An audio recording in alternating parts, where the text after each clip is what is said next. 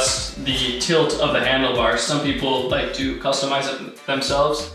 So you'll just take a 6mm Allen wrench, so a little screw down here.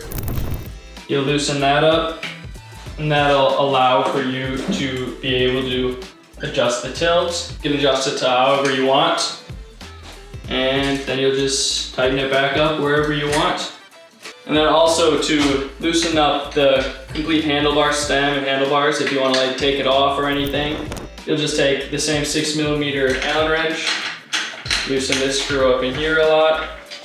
You can twist this around without the tire moving, and you can just take it out completely. Now to adjust the throttle right here, you'll need a 2.5mm Allen wrench, and you'll just unscrew a little screw back here.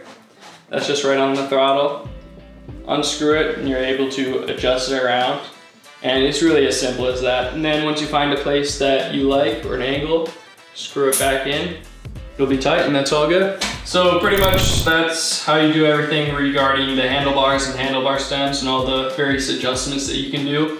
And if you have any more questions, feel free to email us or give us a call at any time.